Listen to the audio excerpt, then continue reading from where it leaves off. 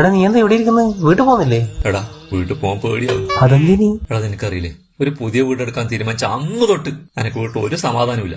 അമ്മ അവളും കൂടെ പൊരിഞ്ഞ വഴക്ക്. അമ്മേ നമുക്ക് പുതിയ വീട്ടിൽ ഒരു 4 റൂമെങ്കിലും വേണല്ലേ? നിന്റെ കെട്ടിയോള് പറഞ്ഞതായിരിക്കും അല്ലേ? 3 മുറി മതി. എടി പുതിയ വീടിന് നമുക്ക് സിറ്റ് ഔട്ട് കുറച്ച് വലുതാക്കിയാലോ? ഓ നിങ്ങളെ അമ്മേന്റെ ഇടയിരിക്കും അല്ലേ? അത് വേണ്ട. ഇന്നിപ്പോ എന്താ പ്രശ്നം? എടേ ഇന്നു കട്ടിലും 15 ഒക്കെ നോക്കാൻ പോണ്ട ദിവസം. പ്രശ്നം എന്താന്ന് വെച്ചാല് വൈഫ് അമ്മയും കൂടെ വരുന്നുണ്ട്. കൊഴപ്പായ? ആവും. അമ്മ പറഞ്ഞ സ്ഥലത്ത് പോയിട്ടില്ലെങ്കിൽ യുദ്ധം. ഇനി അവള് പറഞ്ഞ സ്ഥലത്ത് പോയിട്ടില്ലെങ്കിലോ ഭൂകമ്പം. ഇനി വരുന്നിടത്ത് വെച്ച് വേണം. ഏട്ടൻ വന്നോ? എന്നാ നമുക്ക് പോയാലോ? മോനെ നമുക്കെന്നാ ഇറങ്ങിയാലോ? ഇറങ്ങാ.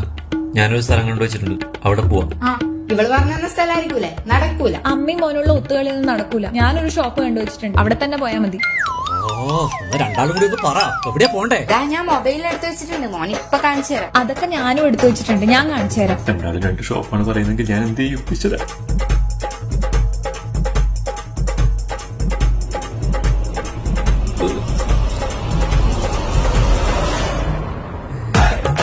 ആയിഷ വുഡ്സ്.